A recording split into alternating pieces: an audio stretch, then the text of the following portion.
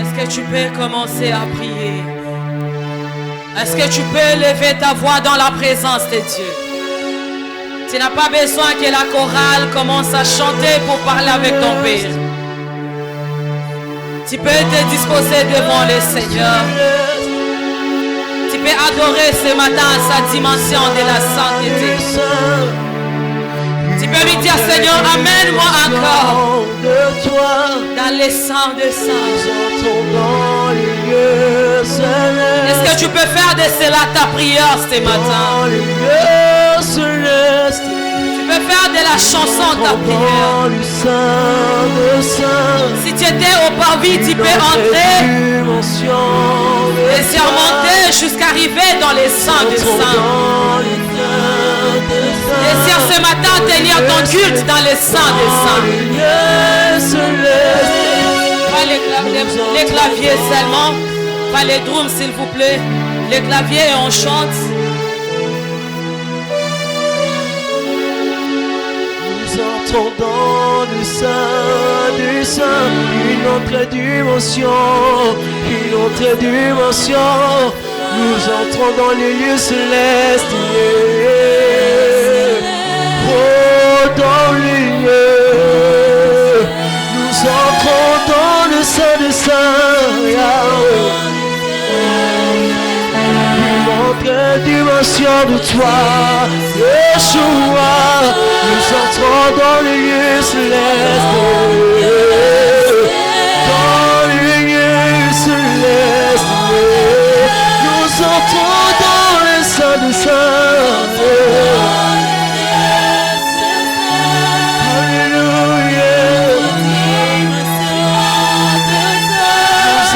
Dans les lieux célestes. Oh, dans les lieux, Yeshua, nous entrons dans le sein des saints. Une autre dimension de toi, Yeshua, nous entrons dans les lieux célestes. Oh, dans les lieux, dans les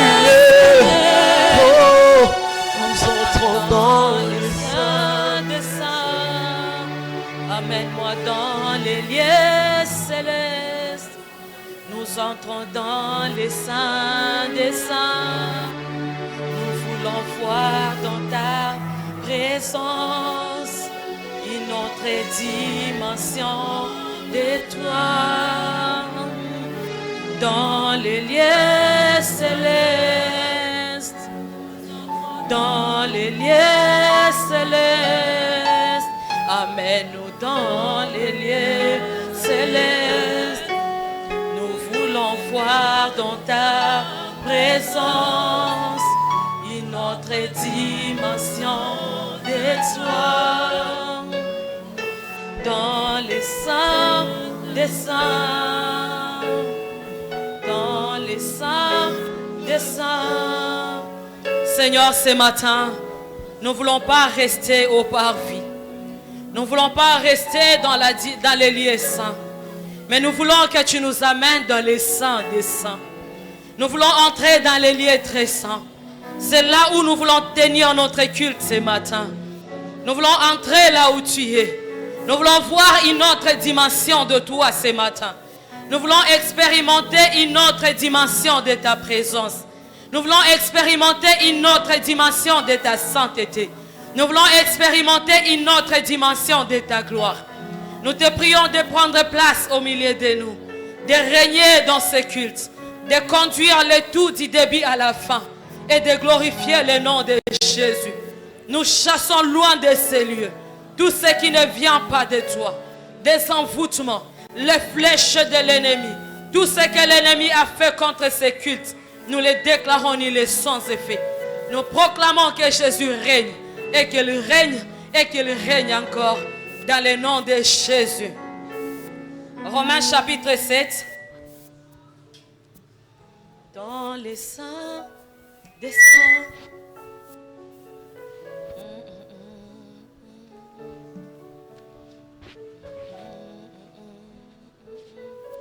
Romains 6, 23.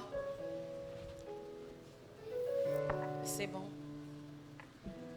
Romains chapitre 7, versets 20 à 24. Pour ceux qui écrivent. Genèse chapitre 3, à partir du 2e verset jusqu'au verset 19. Nombre chapitre 22, versets 1 à 34. Je lis Romains 6, 23. Au nom de Jésus. Car le salaire du péché, c'est la mort. Parmi les dons gratuits de Dieu, c'est la vie éternelle en Jésus-Christ. Romains chapitre 7, versets 20 à 24.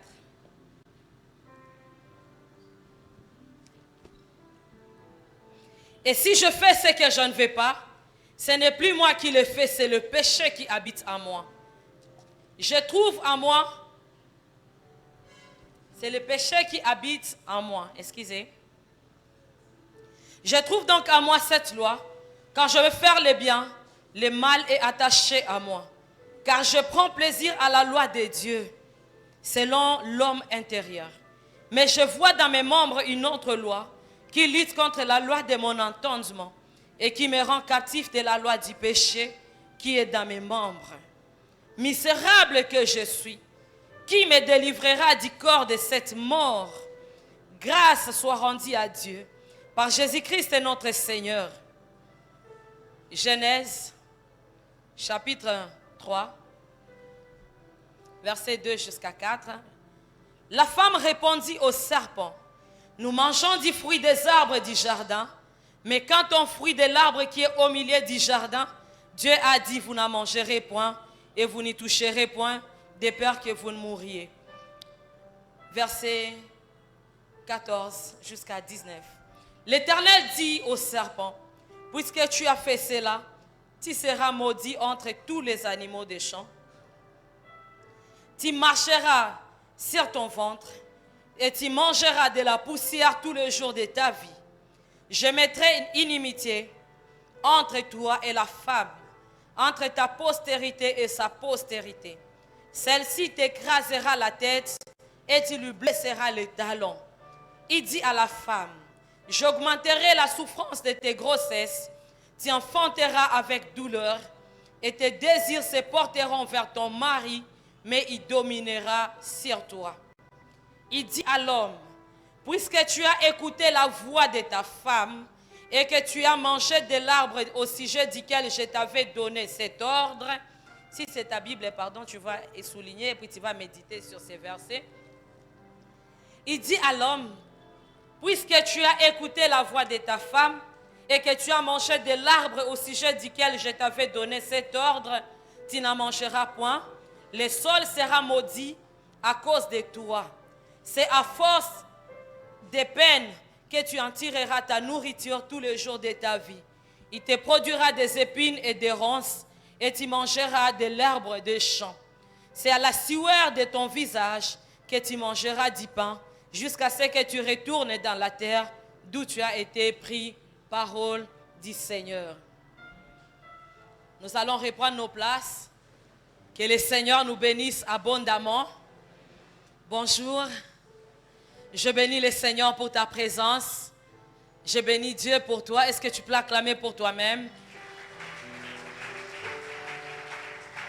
Et je dis aussi merci à Dieu pour la grâce qu'il m'a accordée de me tenir encore devant vous. Nous avons été là au premier culte. Le Seigneur nous a fait grâce et nous croyons que dans ce second culte, le Seigneur est en train encore de nous faire grâce et du bien. Amen. Alléluia. Je dis merci à notre pasteur pour la marque de confiance.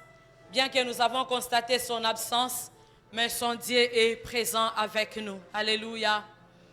Nous avons constaté son absence, oui. Par la grâce de Dieu, il fait partie de la délégation qui accompagnait les papas, Marcelo, en Europe. Et aujourd'hui, grâce à Dieu, notre pasteur Justin est en train de prêcher à la Compassion Bruxelles. Est-ce qu'on peut acclamer pour le Seigneur?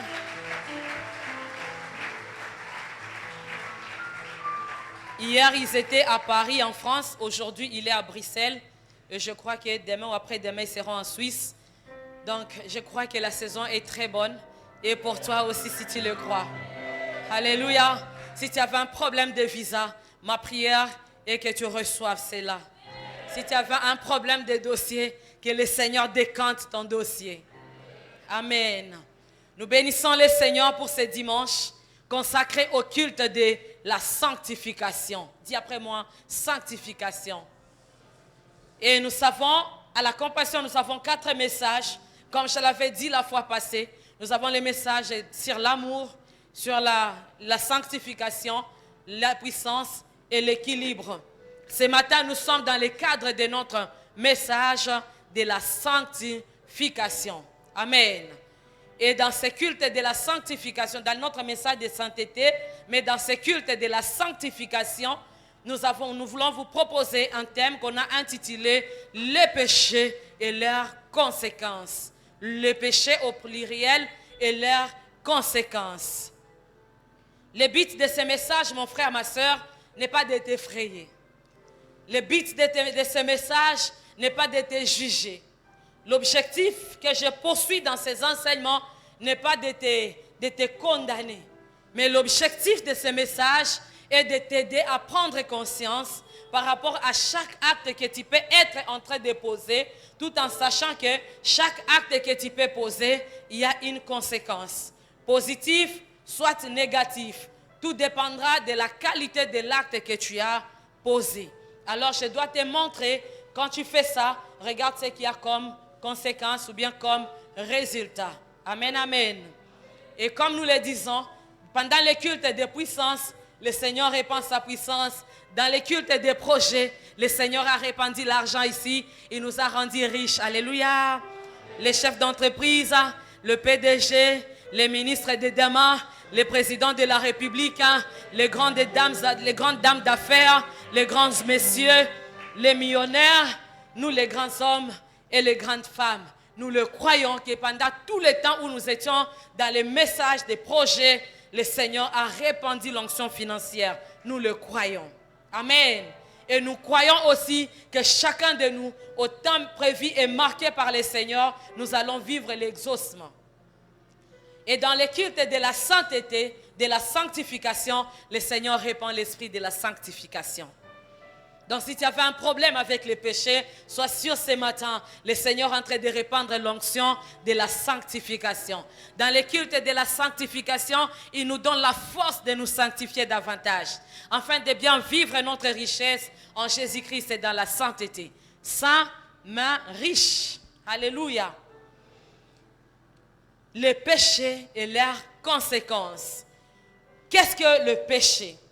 Par définition, le péché est une transgression consciente et volontaire de la loi divine. Le péché est une transgression volontaire, consciente de la loi divine.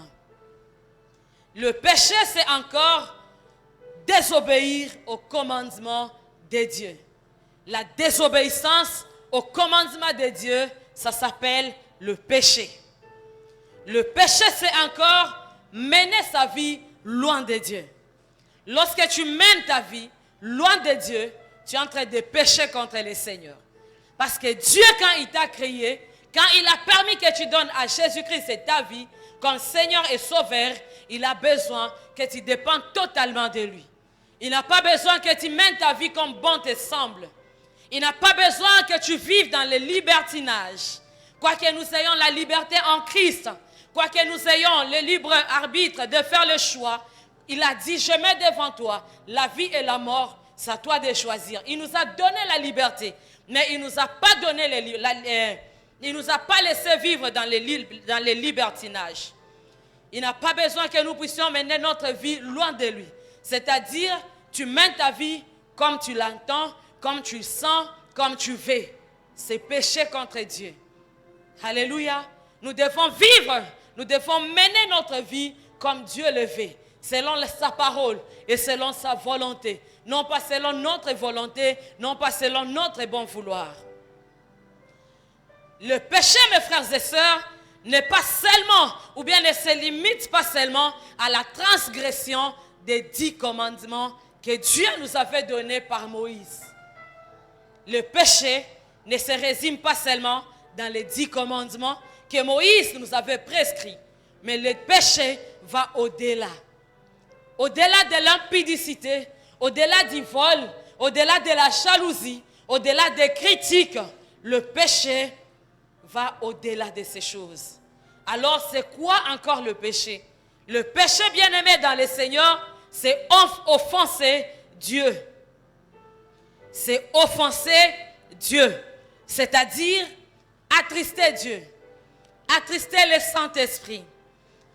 Offenser Dieu veut dire encore, tu fais quelque chose que Dieu ne t'a pas demandé de faire.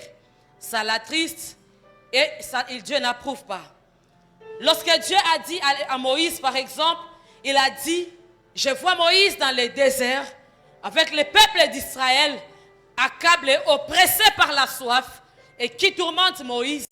Et Moïse qui va se présenter devant la face du Seigneur, et Dieu dit à Moïse, tu vas te présenter, te tenir devant le rocher, tu vas parler au rocher, et le rocher fera sortir de l'eau.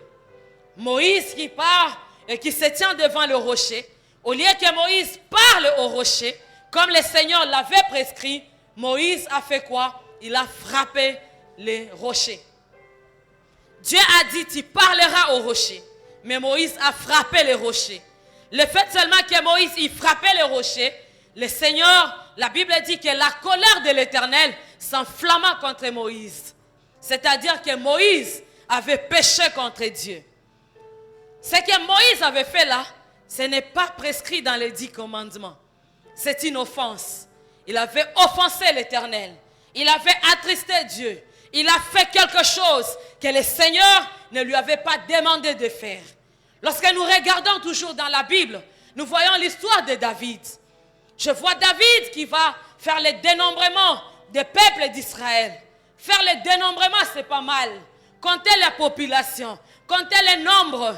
Déjà, dans le monde actuel, on peut dire en France, il y a autant d'habitants. Au Congo, il y a autant d'habitants. Amen.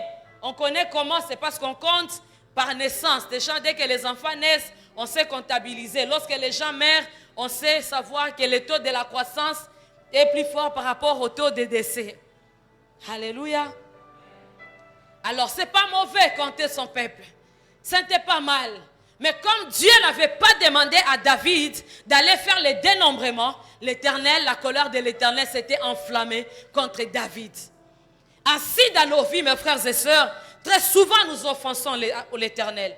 Nous offensons Dieu. Comment nous offensons le Seigneur? Par les choses, en faisant des choses qu'il ne nous a pas demandé de faire. Il ne t'a pas demandé de faire quelque chose, mais toi tu le fais. Peut-être il te demande, toi tu dois commencer à jeûner chaque mardi tout au long de cette année 2024. Mais toi chaque mardi tu dis, je ne jeûne pas, je vais commencer à jeûner le samedi. Tu as offensé à l'Éternel. Il peut te dire, toi tu dois commencer, tu dois travailler au protocole. Toi tu dis non, moi pas au protocole, je serai à l'intercession. Il peut te dire, toi chaque jour tu dois commencer à te lever à 3 heures pour intercéder en faveur de ton pasteur. Tu dis non, à 3 heures, je vais commencer à me lever à 5 heures. Et tu te lèves à 5 heures, tu intercèdes, mais la colère de Dieu est sur toi. Pourquoi? Parce que tu as offensé. Tu n'as pas fait ce que le Seigneur t'a demandé de faire. Mais tu as fait ce que toi-même tu voulais faire. Comment on offense encore Dieu?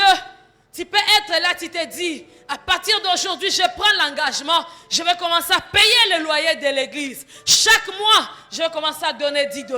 Je vais commencer à donner $100. Et à la fin du mois, tu dis, ah, non, je ne saurais pas. Toi-même, tu as rempli le contrat.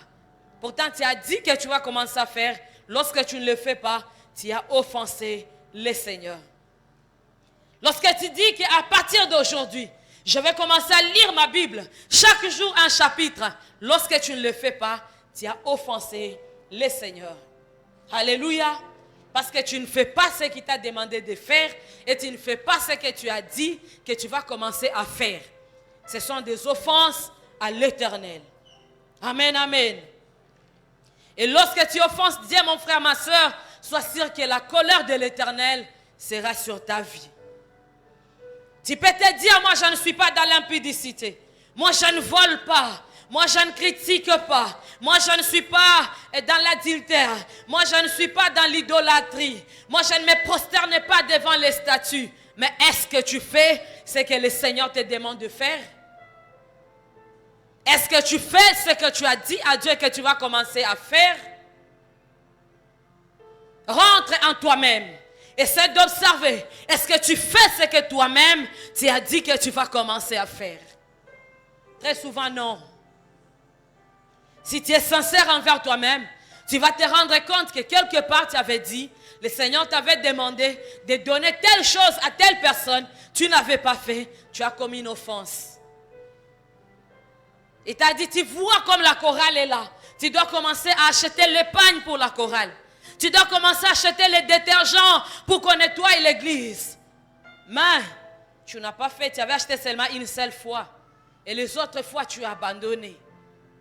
C'est une offense à l'Éternel. Alléluia. Peut-être il t'avait dit, toi tu dois commencer à soutenir les pauvres, les malades.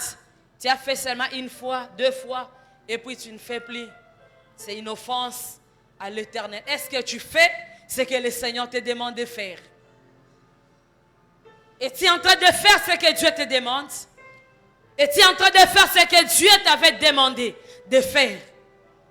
C'est pourquoi les gens disent, comment les choses ne marchent pas?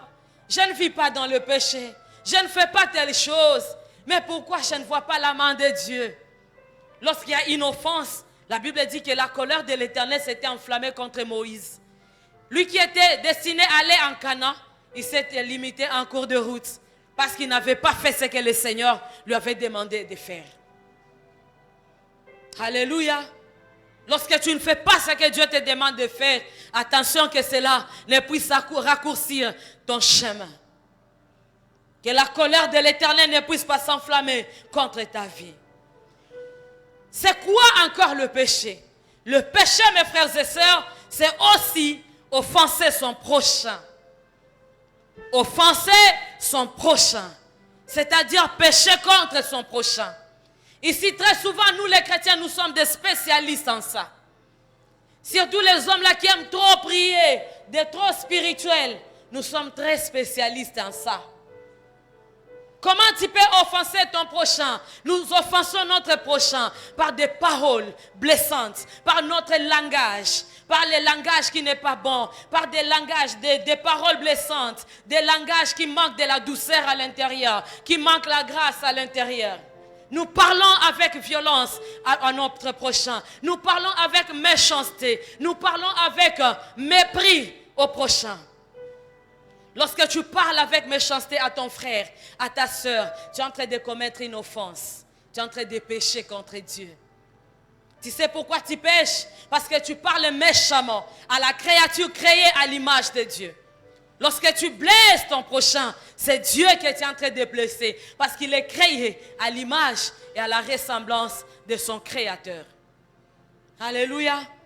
Lorsque tu parles mal à ton frère, à la chorale, tu réponds mal à ton frère. On te dit que toi, tu parles mal. Tu réponds mal à tes frères. Tu réponds mal à tes soeurs. Et tu te dis, pourquoi ça te dérange? Est-ce que na lobby ma belle na lobby? Parce que moi je te dis que au lobby ma belle, pourquoi tu as dit ça? Si toi ça ne t'a pas dérangé, moi ça m'a dérangé, ça veut dire que c'est mal. Tu dois changer, tu dois éviter à blesser ton prochain, à blesser les autres par ta façon de parler, par ta manière de répondre. Ce qu'on appelle en lingala, que ce sont des réponses à machette, des tramotina, des marteaux, sous d'autres si on les appelle. Quand il répond à une personne, il va faire même 3 jours sans manger. Il peut faire même 1 semaine avec la blessure parce que tu lui as mal parlé. Et puis quand la personne te dit, tu dis, ah, silika nao, ngana matina yakutu mangenge na kyo sambela. Oui, au mati mangenge tu vas prier, mais avec le péché, la colère de Dieu sur ta vie. Très souvent, on ne se rend pas compte. Nous offensons notre prochain comment? Par notre accoutrement. Lorsque tu t'habilles mal, ma soeur, et qu'il y a un frère qui est assis devant toi, ou bien à côté de toi, Et que quand tu te lèves, on peut tout voir derrière. Lorsque tu te tiens debout, on peut tout voir jusqu'à l'intérieur. Bien-aimé, le frère là, s'il commence à se faire des mauvaises pensées en lui, sois sûr que c'est toi qui es l'occasion de son péché. Alléluia. Tu vas dire non, moi je ne tombe pas dans l'impudicité, mais tu fais tomber d'autres personnes dans l'impudicité par ton accoutrement. Tu offenses ton prochain. C'est un péché, mon frère, ma soeur. C'est pourquoi Jean est en train de dire, si quelqu'un dit qu'il n'a pas un péché, il est un menteur. Parce que nous péchons tous, tantôt d'une manière, tantôt d'une autre. C'est là où je conseille au premier culte, lorsque tu veux te tenir dans la présence de Dieu pour prier, chaque fois, commence à demander au Seigneur, pardonne-moi. Peut-être consciemment, je péchais, inconsciemment, je péchais, volontairement et involontairement, par mon langage, par mon attitude, peut-être par ma façon de te regarder, ça ne t'a pas plu, alors je t'ai offensé, ça t'a blessé. Moi, je ne savais pas que dans ma façon de te regarder, ça ne t'a pas plu. Parce que ça t'a blessé, Dieu aussi est triste. Alléluia.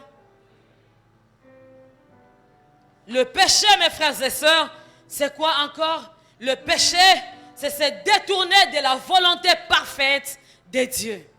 Le péché, c'est se détourner de la volonté parfaite de Dieu. J'aimerais que tu saches une chose, mon frère, ma sœur, qu'en Dieu, il y a des volontés. Dieu en lui-même, il a des volontés. La première volonté de Dieu, c'est ce qu'on appelle la volonté parfaite. C'est ça sa volonté. C'est qu'on ne discute pas. C'est ça sa volonté. La volonté parfaite de Dieu. Et la deuxième volonté, c'est ce qu'on appelle la volonté permissive. Lorsque nous lisons la Bible dans les livres de Nombres, au chapitre 22, à partir du 5e verset, vous allez lire à la maison. La Bible nous parle d'un homme appelé Balaam. Il était prophète. On nous parle aussi d'un homme qui s'appelait Balak. Il était roi de Péor. Lorsque le roi Balak a vu les enfants d'Israël passer par son pays, la Bible dit qu'il eut peur de voir ce grand nombre de peuples s'approcher de son pays. Il a dit que ce peuple à son passage risque de détruire notre récolte, risque de détruire nos champs, nos bétails, risque de tout ravager à son passage. Et si ce peuple me livre la guerre, je risque de perdre face à ce peuple, vu le nombre que ce peuple. Le roi a eu peur. Alors il a dit quoi? Il a envoyé le messager aller chercher le prophète Balaam. Et ces messagers sont partis avec les présents, avec les cadeaux. Ils sont partis pour aller chercher le prophète Balaam. Arrivés chez Balaam, Balaam leur a dit, passez nuit ici, le temps que je consulte l'Éternel, voir s'il va permettre que je vienne avec vous. Balaam, en priant la nuit, le Seigneur s'est révélé à lui. Il lui a dit, Balaam, qui sont ces gens qui sont chez toi? Il a dit, c'est le roi Balak qui a envoyé ces hommes pour que je parte avec eux. Le Seigneur a dit, Balaam, tu n'iras pas avec ces hommes. Parce que moi, je ne veux pas que tu maudisses ces peuples. Balaam a dit au messager de Balak, l'Éternel ne veut pas que je vienne avec vous rentrer. Le roi Balak a insisté en augmentant les présents, en augmentant les cadeaux, en augmentant l'argent, ainsi que les gens qui faisaient partie de la délégation. Il a dit, si tu viens, je vais bien te bénir. Si tu viens, je vais t'honorer. Je vais te donner les honneurs. La délégation est rentrée chez Balaam. Arrivé chez Balaam, lorsqu'il a vu la délégation s'accroître, il a vu les présents s'accroître, il a vu l'argent, les honneurs qu'on lui a promis, il a prié encore. Il a dit, Seigneur, est-ce que tu veux que je parte? Mais Balaam, le Seigneur t'avait déjà dit qu'il ne veut pas que tu partes. Mais pourquoi tu viens encore insister? Le Seigneur a dit, pars, seulement tu feras ce que je te dirai. Pourquoi Dieu a dit pars? Parce qu'il avait vu dans le cœur de Balaam, il était déjà parti, il avait la cupidité, il était porté, il a vu l'argent, il a vu les honneurs qu'on lui a promis, il a vu le présent, il a vu les cadeaux. Alors, sa motivation n'était plus la volonté de Dieu, mais sa motivation était devenue maintenant le présent qu'on allait lui donner. Et le Seigneur a dit, pars. Ce n'était pas la volonté parfaite, c'était la volonté permissive de Dieu. Lorsque Balaam a commencé à partir, il a monté sur son âne. La Bible dit, chemin faisant, la colère de l'Éternel s'enflamma contre Balaam. Et l'Éternel voulait le tuer en cours de route. Heureusement que son ânesse avait vu l'ange de l'Éternel et s'était échappé. Ce n'était pas la volonté de Dieu. Il était tombé dans la volonté permissive. Et la colère de l'Éternel s'était enflammée contre lui. Et arrivé là-bas, malheureusement, le présent qu'on lui avait promis, au finish, Balaam n'avait pas eu ça. Parce qu'il n'avait fait que ce que Dieu lui avait demandé de faire. Il ne pouvait pas maudire les enfants d'Israël. Mon frère, ma soeur, qu'est-ce que je voulais dire ici? C'est exactement comme ce que la plupart de nous font. Beaucoup de personnes aujourd'hui souffrent dans leur mariage. Non pas que Dieu est contre, mais parce qu'avant de se marier, les frères ou la sœur s'étaient tenus dans la présence de Dieu. Ils ont prié, Seigneur, est-ce que c'est lui l'homme de ma vie? Est-ce que c'est lui la femme de ma vie? Et Dieu a dit, non. Mais toi, tellement que tu as insisté, tu as été emporté, attiré par la beauté, attiré par la poche, attiré par les biens du frère, attiré par les bons français que les frères parlaient, tu t'es marié. Et depuis lors, il y a des complications et des problèmes dans ton mariage. Pourquoi? Parce que tu as fait la volonté permissive. Tu n'es pas dans la volonté parfaite de Dieu. Il y a même d'autres personnes.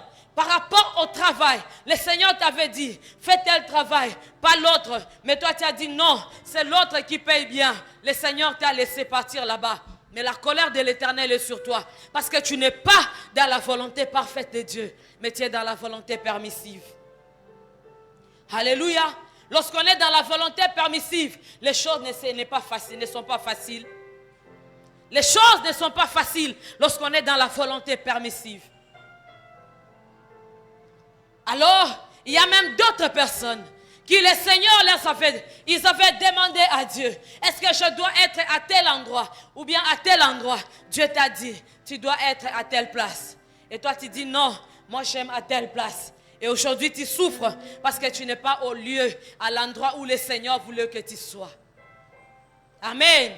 Peut-être la volonté parfaite de Dieu pour certains était qu'ils restent au Congo. Mais d'autres sont partis à l'étranger. Et à l'étranger, là, ils sont dans la volonté permissive, en train de souffrir, en train de peiner, parce qu'ils ne sont pas dans la volonté parfaite de Dieu. Il y a d'autres auxquels Dieu avait dit, votre destinée n'est pas ici. Mais ils se disent, non, moi je dois rester ici, parce que mes parents sont ici, tout ça et tout, patati patata, et tu refuses d'aller là où le Seigneur te veut. D'autres, leur destinée les attendent peut-être au village. Leur destinée les attendent dans des provinces. Mais tu refuses d'aller dans les provinces. Tu dis non, moi je vais seulement rester dans la capitale. Et tu es en train de souffrir dans la capitale. Pourtant, si tu étais en province, c'est là où il y avait la volonté parfaite de Dieu pour ta vie. Lorsque tu es dans la volonté permissive, tu es en train de désobéir, tu es en train de pécher contre le Seigneur. Alléluia. Mon frère, ma soeur, sachez que le péché produit plusieurs conséquences. Le péché au pluriel produit plusieurs conséquences. De la même manière que chaque acte que nous posons aujourd'hui produit dans le présent, tout comme dans le futur, des conséquences positives, tout comme négatives. Tout dépend de l'acte que nous avons posé au départ. C'est-à-dire, tout acte, bon ou mauvais, que nous posons aujourd'hui, produira ou produit et produira des conséquences, bon tout comme mauvais, dans le présent comme dans le futur.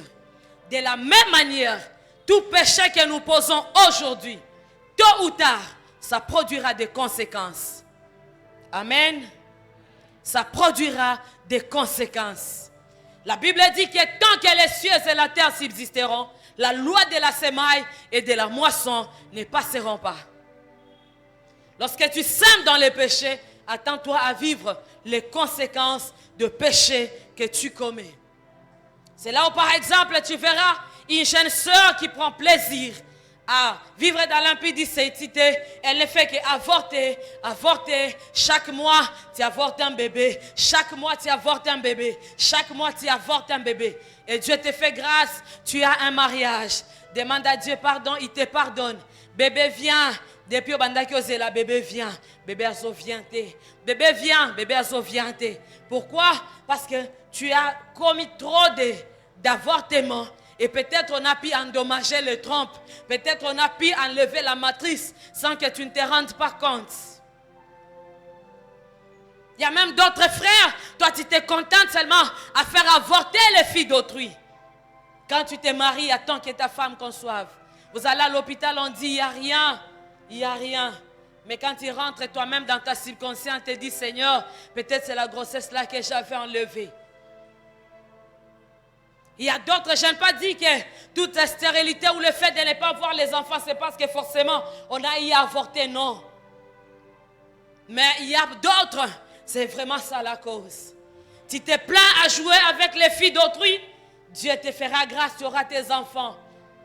Et quand on commencera à jouer avec tes enfants, c'est quand tu sauras comment jouer avec les enfants d'autrui. Ça n'était pas bien.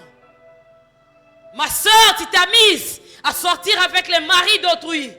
Quand tu te marieras, tu sauras ce quoi. Lorsqu'on sort, lorsque les filles, lorsque d'autres femmes commenceront à sortir avec ton mari et à coucher avec ton mari. Tu t'as mise, mon frère, à sortir avec les mamans d'autrui. Ne t'en fais pas. Quand tu te marieras, tu sauras ce quoi lorsque tu es un homme marié et que d'autres hommes couchent avec ta femme. Tu t'as mise à tromper tes parents à ce qui concerne les frais académiques. Tu t'as mise à corrompre aujourd'hui à l'université. T'inquiète. Quand tu vas arriver dans le monde professionnel, tu seras devant maintenant la machine. Travaille. Prouve-nous ce que tu as fait à l'université. Tu as dit que tu es licencié, non? Vrai ou faux, tu es licencié. Prouve-nous maintenant ce que tu as étudié là. Tu ne faisais que corrompre. Les conséquences vont bien te corriger que les conseils. Amen. Tu as refusé d'étudier quand les autres étudiaient. Alors tu dois être prête à assumer les conséquences. De lorsque tu es en train de fuir les cours. De lorsque tu es en train de tromper les parents. Les frais académiques on sait. Les frais de tangente. Les frais de cosinus. Quand tu deviendras parent, les enfants aussi viendront. Les frais de cosinus. Les frais de tangente. Les frais de la souris. Les frais, je ne sais pas, de Windows. Et tu seras en train de demander, Windows c'est quoi? Il dit Windows c'est un cours là, on doit payer. Pourtant, vous avez le Windows à la maison, l'ordinateur, mais tellement toi tu mentais, les tangentes et les cosinus, l'enfant aussi va commencer à mentir. Sans plus tarder, mes frères et sœurs, parlons maintenant de quelques conséquences de péché, en prenant l'exemple de quelques exemples dans la Bible. Aujourd'hui, nous ne parlerons que d'un seul, le péché d'un seul homme. Et le jour qui vient, par la grâce de Dieu, nous allons continuer. Nous croyons que par la grâce de Dieu, ce thème peut nous amener jusqu'avant Tchangou pour Christ. Nous avons, premier exemple, dans la Bible, nous avons l'exemple d'Adam et Ève. Les péchés d'Adam et Ève. Au premier culte, j'avais donné J'avais donné une interrogation, un examen, un exercice, en demandant qui avait péché entre Adam et Ève. Il y a ceux-là qui m'ont dit Ève, il y a d'autres qui m'ont dit Adam, et il y a d'autres qui m'ont dit Adam et Ève. Alors toi, tu es de quel côté? Ève, Adam et Ève. Ici, ils sont naîtres. Ici, alors gardez la réponse dans ton cœur. Il faut revenir au culte des enseignements et prendre le temps de bien lire ta Bible. Lorsque nous avons lu la Bible dans le livre de Genèse 3, la Bible nous parle, c'est l'histoire d'Adam et Ève. La Bible nous montre comment le serpent a pu séduire Ève, qui a touché à l'arbre qui était interdit, qui était défendu de toucher, et ils ont mangé le fruit. Dieu avait dit à Adam, tu ne mangeras pas, tu pourras manger les arbres, les fruits qu'il y a dans tous les jardins. Mais quand il s'agit de l'arbre qui est au milieu, tu n'en mangeras pas les fruits et tu n'en toucheras pas. Dieu avait donné à Adam l'ordre. Et lorsque même Dieu est en train de le réprimander, il dit à Adam, pourquoi tu as écouté la voix de ta femme? Pourtant, je t'avais donné l'ordre. Donc, qui avait péché? Alors, lorsque l'homme a péché, en désobéissant à la voix de l'Éternel, en désobéissant à l'ordre que le Seigneur lui avait donné, par rapport à l'arbre de la connaissance du bien et du mal, mon frère, ma soeur, ils n'étaient pas restés sans conséquences. Comme conséquence, mes frères et sœurs, le péché d'Adam a produit plusieurs conséquences. Des conséquences spirituelles, physiques et morales. Premièrement, commençons avec les conséquences sur le plan physique. Dans Genèse 3,16, à cause du péché d'Adam, la souffrance est entrée dans le monde. La souffrance est entrée dans le monde à cause de son péché. Comme conséquence, la souffrance est entrée. Lorsque Dieu avait créé Adam, en le créant sur la terre, en l'envoyant sur la terre avec sa femme, il a créé Adam comme un prince. Il avait créé Adam comme un roi. Il a mis dans toutes les conditions possibles de l'abondance, de la surabondance, de l'aisance. Même lorsque Dieu a dit, ton travail c'est de cultiver et de garder les jardins. Adam, il n'était pas créé pour transpirer en cultivant les jardins. Il n'était pas créé pour souffrir en faisant ce travail. Mais il était créé à travailler, mais en travaillant dans le repos. Mais quand il a péché, il a commencé à travailler dans la souffrance. Et le Seigneur a dit, c'est à la sueur de ton front que tu mangeras ton pain. C'est pourquoi vous voyez que ici, je suis en train de transpirer. Je suis en train de travailler et je transpire. Tu vas voir que pour gagner de l'argent, ce n'est pas facile. Ce n'est pas que Dieu n'est pas avec nous, mais c'est devenu difficile et compliqué. Pourquoi? Parce qu'Adam avait désobéi à la volonté de Dieu. Il avait désobéi à l'ordre que Dieu lui avait donné dans les jardins de ne pas toucher à l'arbre. L'homme a commencé à souffrir. L'homme a commencé à peiner. L'homme a commencé à manquer. Lui qui était appelé à ne pas manquer, à vivre dans l'abondance, il a commencé à manquer. Il a commencé à souffrir. Il a commencé à transpirer. Et au lieu que la terre même soit gentille, douce, la Bible dit que la terre a commencé à produire des ronces et les épines. La terre a commencé à résister à l'homme. À cause de la désobéissance, à cause du péché, mon frère, ma soeur. Ne blaguez pas avec le péché. À cause de ce péché, la maladie est entrée dans le monde. Quand Dieu a créé Adam, il n'avait pas créé un Adam malade. Il n'avait pas créé l'homme malade. Dieu a créé l'homme en bonne santé. L'homme n'avait pas prévu que l'homme tomberait malade. Sinon, il allait dire à Adam, lorsque tu auras des maux de tête, regarde cet arbre, tu iras manger cette feuille et tu seras guéri. L'homme était créé en bonne santé. Il n'y avait pas de problème d'infirmité. Il n'y avait pas de problème de maladie. Il n'y avait pas de problème de maladie.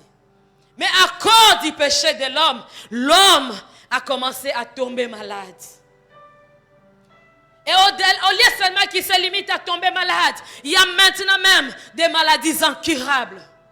La médecine ne sait plus quoi faire face à telle maladie. La médecine te dit, nous on est fatigués, on ne sait plus quoi faire. Rentrez seulement à la maison, commence à prier Dieu. Lorsque tu lis la Bible dans les livres de Deutéronome, au chapitre 28, 15e verset, le Seigneur est en train de dire, si tu n'obéis pas à ma voix et tu ne mets pas tout ce qui est prescrit dans ces livres de la loi en pratique, voici des malédictions qui viendront sur toi. On parle même des maladies. Tu vas voir des hémorroïdes, tu vas voir des maladies là compliquées, des maladies incurables, là-bas on s'est cité. Lorsque tu pécheras. La maladie, c'est la conséquence du péché de l'homme. La souffrance, la pauvreté, la famine, c'est la conséquence au péché de l'homme. Au lieu que ça ne s'arrête seulement là, l'homme a commencé à mourir. La mort physique était entrée. L'homme qui était créé pour vivre éternellement sur la terre, l'homme a commencé à se voir mourir. Dieu a dit, Jusqu'à ce que tu mourras, tu retourneras dans la poussière où tu as été prise. L'homme qui était créé pour vivre éternellement a vu ses jours être réduits jusqu'à 120 ans pour le plus robuste. Et dans des pays pauvres, dans des pays sous-développés, l'espérance de vie c'est à 45 ans, 50 ans. Je ne sais pas dans notre pays l'espérance de vie c'est combien. C'est quel âge dans notre pays? 45 ans j'espère. Parce que nous sommes dans un pays pauvre. Sous-développé, riche, mais nous ne jouissons pas de notre richesse. À cause du péché, mon frère, ma soeur, l'homme a commencé à mourir. Pourtant, Dieu n'avait pas créé l'homme pour qu'il meure. La preuve en est que les Adams ont vécu plus de 900 ans. Mais la mort est entrée à cause du péché de l'homme. Ça ne s'est pas limité là. Il y a eu aussi des conséquences sur des plans moraux. Après avoir touché à l'arbre et à manger de son fruit, l'homme et sa femme ont reçu la connaissance du bien. Ils voulaient avoir la connaissance du bien, oui. Ils ont eu la connaissance du bien, mais sans le pouvoir de faire le bien. Ils ont reçu la connaissance du bien, mais sans le pouvoir de faire le bien. Ils ont reçu la connaissance du mal, mais sans le pouvoir de s'en débarrasser. Tu seras d'accord avec moi que tous nous savons que voler, c'est mauvais. Tomber dans l'adultère, c'est mauvais, nous le savons. Critiquer son prochain, c'est mal, nous le savons. Mais le pouvoir, l'homme n'en avait pas. C'est là où même l'apôtre Paul est en train de dire, le bien, je le sais, mais cela n'habite pas en moi. Le bien que je veux faire, ce n'est pas ce que je fais. Mais le mal que je ne veux pas faire, c'est ce qui est attaché à moi. Misérable que je suis, qui me délivrera de cet corps? Qui me délivrera? Parce que dans son corps, il trouvait une autre loi, le péché. Le péché l'empêchait à faire le bien qu'il connaît. Le péché t'empêchera à faire le bien. Ça te conduira toujours vers le mal, la chair, la nature adamique en toi. Ça t'attirera toujours vers le mal et t'empêchera à faire le bien. Le bien, je le sais, mais cela n'habite pas en moi. Mais le mal que je ne veux pas, c'est ce qui est toujours attaché à moi. Misérable que je suis, qui me délivrera? Ndeta unazalaki na ebandeli ya vie spirituelle nanga na bandaki olingo yemba nzembo wana o frère Benjamin comme obeta mabe na boy ko sala yangonde nazali ko sala bola muna lingi ko sala solona kokite. Parce que je n'arrivais pas, je savais ce que je fais ici, je sais que ce n'est pas bien. Mais la force d'abandonner, je n'arrivais pas. Je savais que ça c'est bien, je dois faire ça. C'est cette fille que je dois être. Mais je n'arrive pas à être cette fille-là.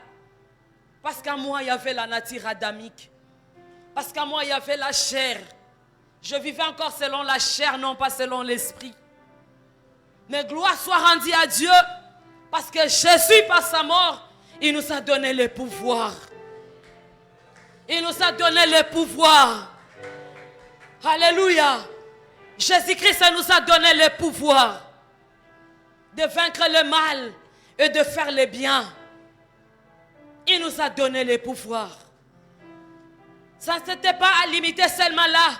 Il y a eu les conséquences aussi sur le plan spirituel. Et comme conséquence sur le plan spirituel, la mort spirituelle est entrée. L'homme a vu sa relation avec Dieu être brisée. La Bible dit que chaque soir, le Seigneur visitait l'homme dans les jardins d'Éden. L'Éternel allait visiter l'homme. L'Éternel parlait avec l'homme. Il causait avec l'homme. Comme tu peux causer avec ton ami. Adam et Ève voyaient Dieu face à face. Ils parlaient avec Dieu. Mais lorsqu'ils ont péché, cette relation s'est brisée. Dieu les avait chassés loin du jardin. Alléluia. Pour nous montrer, pour voir combien le péché est très dangereux. Le péché est très mauvais, bien-aimé dans le Seigneur. Dieu n'a pas eu pitié ce jour-là d'Adam et Ève. Il les avait chassés à cause du péché qu'ils avaient commis. Il les avait chassés loin de sa présence. Et la relation s'est brisée ce jour-là à cause du péché. Et Esaïe est en train de dire, la main de l'Éternel n'est pas trop courte pour vous toucher, ni son oreille trop dure pour vous entendre. Mais ce sont vos crimes, ce sont vos péchés qui vous cachent sa face et qui vous empêchent à l'écouter, qui l'empêchent à vous écouter. Bien-aimé dans le Seigneur, la volonté de Dieu est que tu le voies dans tous les domaines de ta vie. La volonté de Dieu est que tu maintiennes une vie, une relation parfaite avec lui. Mais tu sais pourquoi jusque-là tu n'arrives pas? À cause du péché. Non pas seulement le péché d'Adam, mais le péché que toi-même tu commets. Lorsque tu vis dans la désobéissance par rapport à la parole de Dieu, lorsqu'on te dit ne faites pas, toi tu dis non je vais faire, non je vais faire. Chaque fois que tu fais ce qu'on t'interdit, tu es en train de créer une séparation entre toi et Dieu. Tu es en train de tuer ton esprit, tu es en train d'éloigner ton esprit de la présence de Dieu. Ça ne se limitait pas seulement que Dieu les avait chassés, mais l'homme a commencé à mourir éternellement. Alléluia. C'est là où le Seigneur, bien-aimé dans le Seigneur, lorsqu'on va mourir, lorsque le temps de la fin sera, il y a ceux-là qui seront au paradis avec le Seigneur et d'autres iront en enfer à cause de la désobéissance.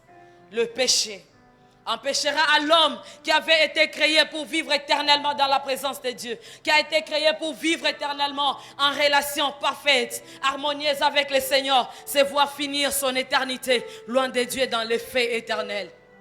À cause de la désobéissance. Bien-aimés, ne blaguons pas avec le péché. Ne blaguons pas avec le péché. Parce que le péché détruit. Le péché était capable de détruire nos grands-parents appelés Adam et Ève.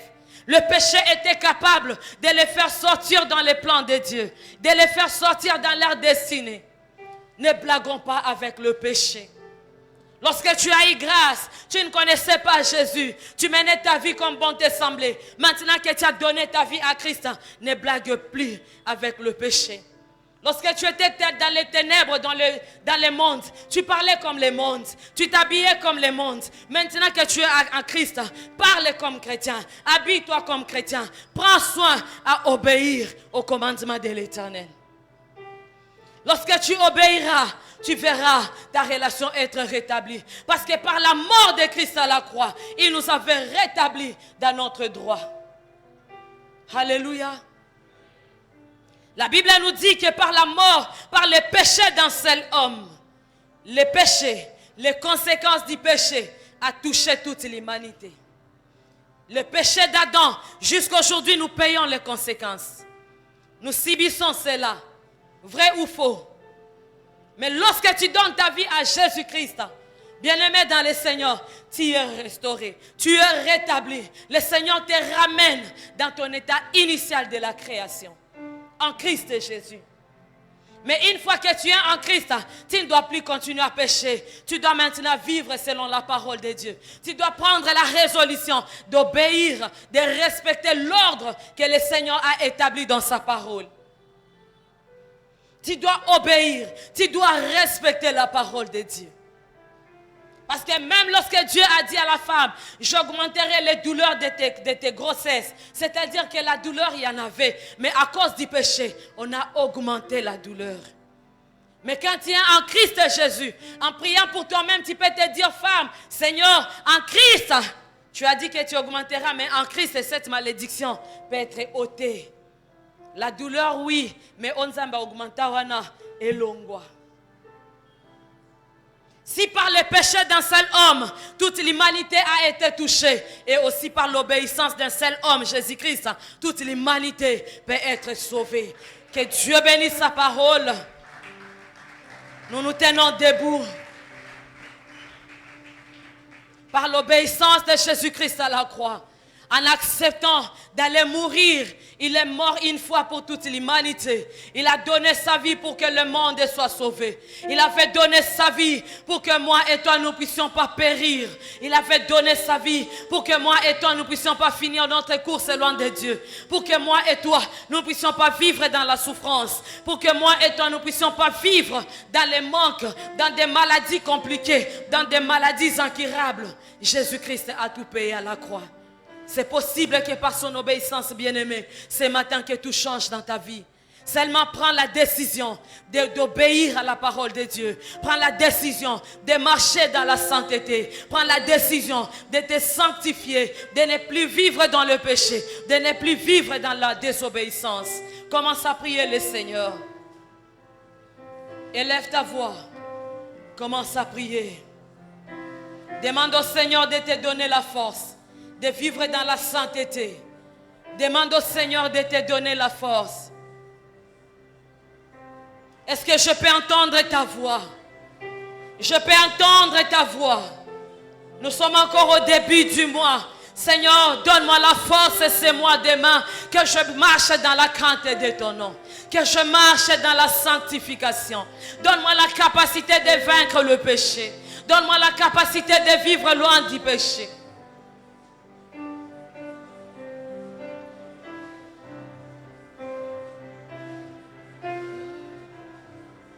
Élève ta voix, demande à Dieu de te donner la force.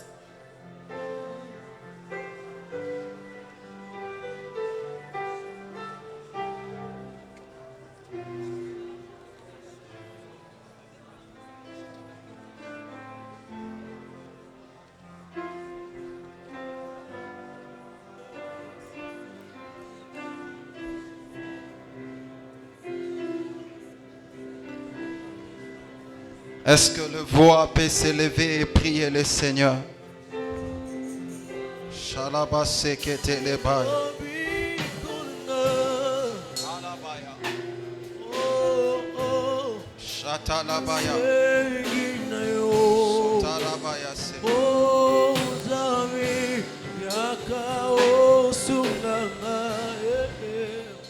Pendant que maman était en train de parler, je sentais dans mon cœur la culpabilité d'une âme qui se perd. C'est comme s'il y avait une âme qui criait au secours. Et je demande à maman si elle peut me permettre de faire cet appel pendant 2 minutes. Je ne sais pas, maman, vous me permettez? Tu es en ces lieux, tu n'as pas encore Christ dans ton cœur. Et pendant que même on était en train de parler ici, tu ressens au-dedans de toi que tu es en train de te perdre. Viens rapidement devant et nous allons t'aider à recevoir Christ dans ton cœur. C'est une occasion que Dieu te donne ce matin. Tu es en train de conduire ta vie seul. Tu te bats pour plaire à Dieu, mais ça ne se passe pas comme ça. De par toi-même, tu ne sauras rien. Tu as besoin de l'aide du Saint-Esprit et Jésus t'étend la main. Là où tu es, avance. N'aie pas honte. C'est pour toi que ce message a été donné.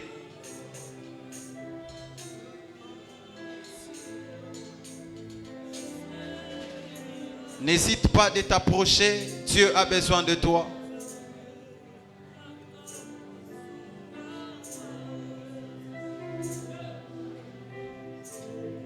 Là où tu es. Le Seigneur m'a parlé de quelqu'un ici. Dieu ne se trompe pas.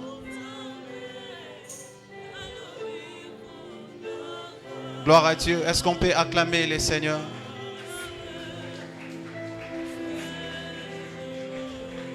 Même toi qui es resté, même toi qui es resté,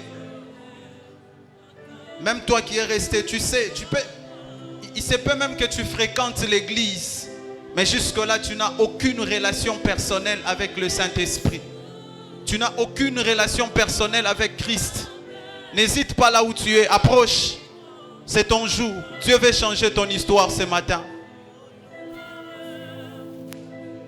Nous n'attendons que toi. On n'a pas assez de temps. Avance.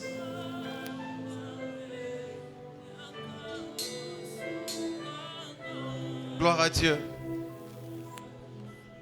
Est-ce que vous pouvez prier après moi, vous qui êtes devant? Mettez juste la main sur votre cœur. Je pouvais ressentir ça dans mon esprit. Comment est-ce que ces cris de secours montaient du fond de vous? Et dites, Seigneur Jésus, après avoir entendu ta parole ce matin, je me suis rendu compte qu'en conduisant ma vie seule, je me dirige tout droit vers la perdition. Seigneur, je m'humilie, c'est pour cela. Et je te demande, entre dans ma vie et prends le volant. Conduis-moi. Pardonne mes péchés. Sanctifie-moi. Et donne-moi un siège à tes côtés. Le jour où tu reviendras dans ta gloire. Dans le nom de Jésus. Vous restez calme, l'église. Est-ce qu'on peut prier pour ces deux âmes? Demandons à Dieu de leur accorder la force de marcher dans la pureté, de craindre le Seigneur, alors qu'aujourd'hui ils viennent d'ouvrir la porte de leur cœur, de sorte que Jésus y entre. Demandons à Dieu de le maintenir dans la foi jusqu'à ce qu'il revienne. Père, nous te recommandons ces deux âmes ce matin. Tu dis dans ta parole qu'il y a toujours une fête lorsqu'une âme se détourne du mal. Seigneur, nous te demandons ce matin d'accorder à ces frères la force, la capacité de tourner le dos au monde et de suivre Christ définitivement jusqu'à ce qu'il quitte cette terre. Dans le nom de Jésus, nous avons ainsi prié. Amen. Alors nous vous prions à la fin du culte, ne soyez pas pressés de partir. Vous pouvez juste prendre des places derrière là-bas. Si vous avez laissé vos effets, vous prendrez, vous allez juste attendre là. À la fin du culte, il y aura un bien-aimé qui viendra s'entretenir avec vous pour vous montrer qu'est-ce que vous allez faire. Que le Seigneur vous bénisse. Est-ce qu'on peut acclamer Jésus? Le Seigneur est merveilleux. Est-ce qu'il y a quelqu'un qui a été béni ce matin? Que l'honneur et gloire reviennent à Jésus. Merci maman pour le message. Nous avons été vraiment édifiés. Rapidement, nous nous préparons pour offrir à Dieu. Est-ce que tu peux faire mieux que ça?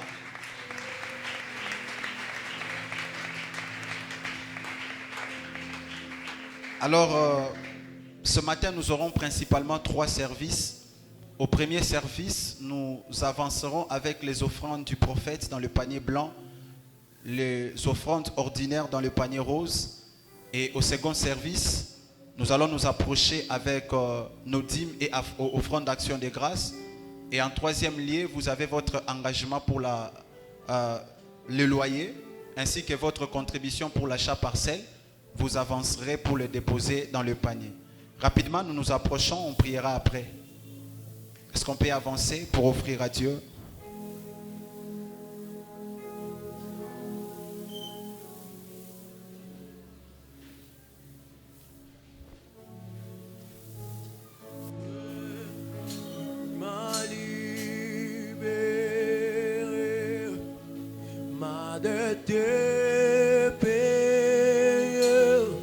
Je suis enfant de Dieu, je suis un lieu,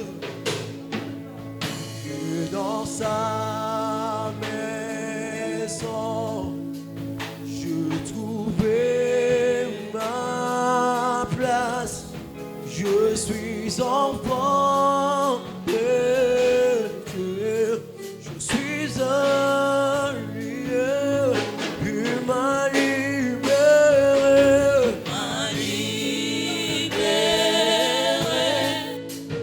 m'a délivré. je suis enfant Je suis enfant de je suis en lui, Je suis je suis en lui, et dans sa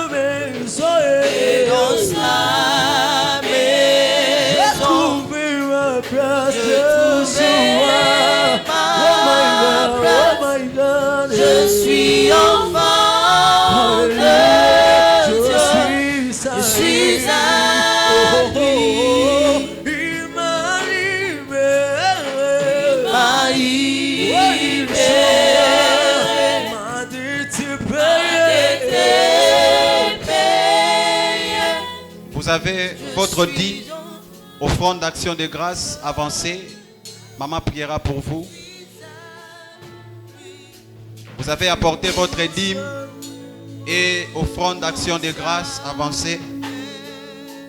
J'ai trouvé ma place en ce lieu, Yeshua.